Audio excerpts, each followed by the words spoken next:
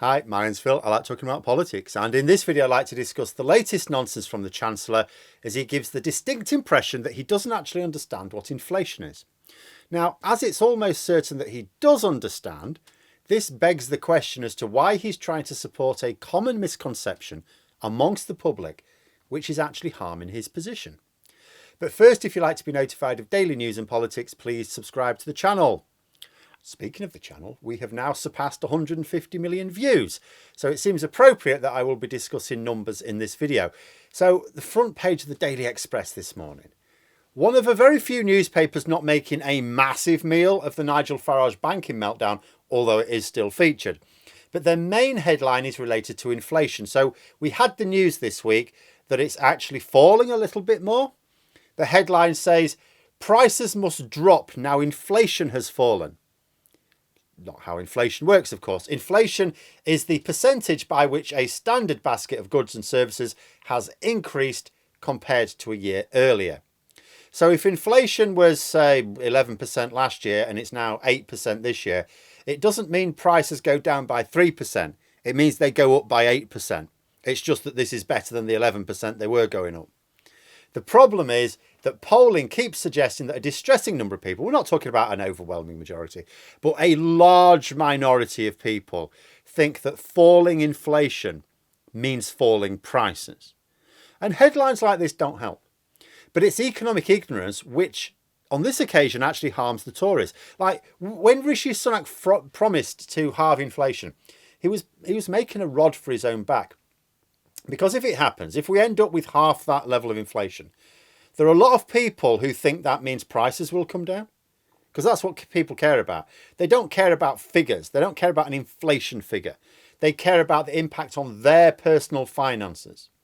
Being allowed to think that it means prices will come down only makes the pledge a double-edged sword. Because, first of all, if it doesn't bring inflation down, or if it doesn't happen to fall with or without him, then he's failed his pledge. But even if it does, imagine if inflation does fall to half of what it was the year before.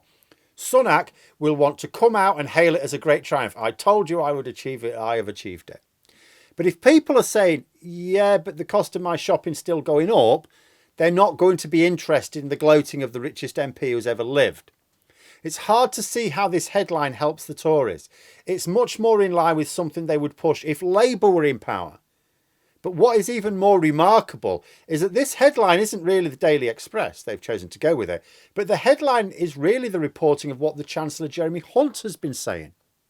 They report that Hunt has told retailers to pass on the cost reductions to consumers as a result of this fall in inflation. But this is mind-bendingly the wrong way round. First of all, retailers don't make savings when inflation falls. Inflation falls when goods and services stop increasing in price as much as they did the previous year. Inflation is a reflection of how prices are changing. It's not something that drives prices to change. This is proper cart before the horse thinking. Also, what savings? If inflation is above zero, then prices are going up. If there's going to be like a net reduction in prices, that would mean negative inflation or deflation. Like CPI inflation, which is the one that's being used, currently stands at 7.9%. Now, this is lower than the previous month, but it's still 7.9%. That means prices will continue to rise by an average of 7.9%.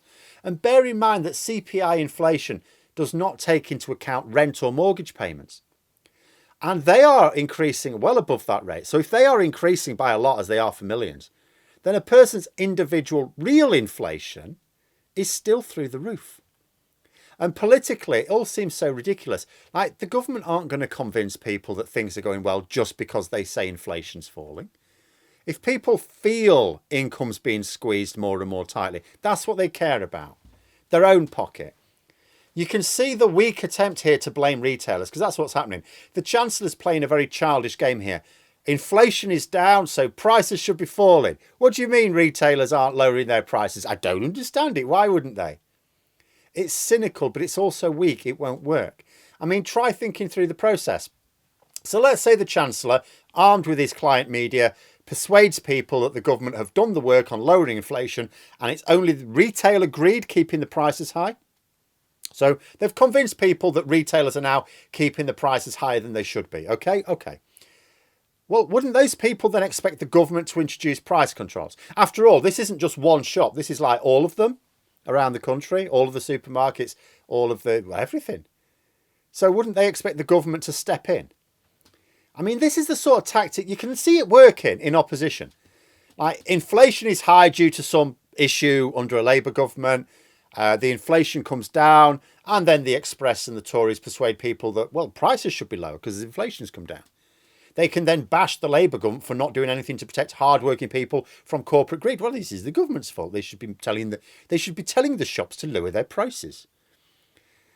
It works. That can work. But it doesn't work here. On no level does it work when the Conservatives are in power. It's just like a knee-jerk reaction. Oh, people are blaming us for the worsening cost of living crisis. Should we do something about it? No, don't be stupid. We need to find a scapegoat. Let's blame retailers. Should we force retailers to lower their prices? No, we can't do that. It's ridiculous. We'll just blame them and do nothing. Pointless. In the meantime, the Chancellor is feeding the confirmation bias of those voters who don't understand what inflation is in a way that will make them much less likely to approve of halving inflation when Sunak will want to claim it as a success if it actually happens. And also, what about the people who do know what inflation is? Or they think they do, but they do. And they read the Express and say, oh, maybe inflation doesn't think what... Oh, I didn't think. I thought prices would go up with inflation. Oh, but I'm reading it in the Express and this is from the Chancellor. They must know what they're doing. Oh, maybe I've got it wrong about inflation. Maybe. So they're actually increasing potentially the number of people who think that lowering inflation but still being positive means lower prices. This is not a situation where the misconception is benefiting the Tories. Often it is. Often economic misconceptions benefit the Tories. But this one doesn't. That they're playing along with it just speaks to me of the political naivety of even those at the top of government right now. But there we are. Those are my thoughts. Let me know yours in the comments below. Hope you found the video interesting. If you did, please click the like button. And if you'd like to support the channel further, the join button for memberships. And until next time, I'll see you later.